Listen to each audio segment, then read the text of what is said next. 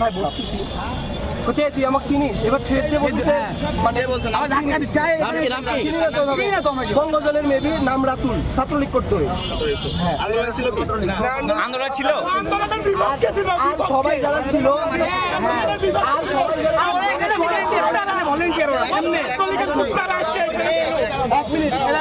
সাথে যারা ছিল ভাইয়ারা পরিচিত আমাকে বললো বসে, আমি বলছি আচ্ছা ভাই বসবো। তখনই দেখি ওর সাথে সবাই আসলো, এসে মানে বাইরে ধাক্কা দিয়ে বাইরে করে তারপরে ওখানে হাতাহাতি শুরু করে দিচ্ছে ওরা। আমরা কি ছাত্ররা সাধারণ ছাত্ররা আমরা আন্দোলন ছিল।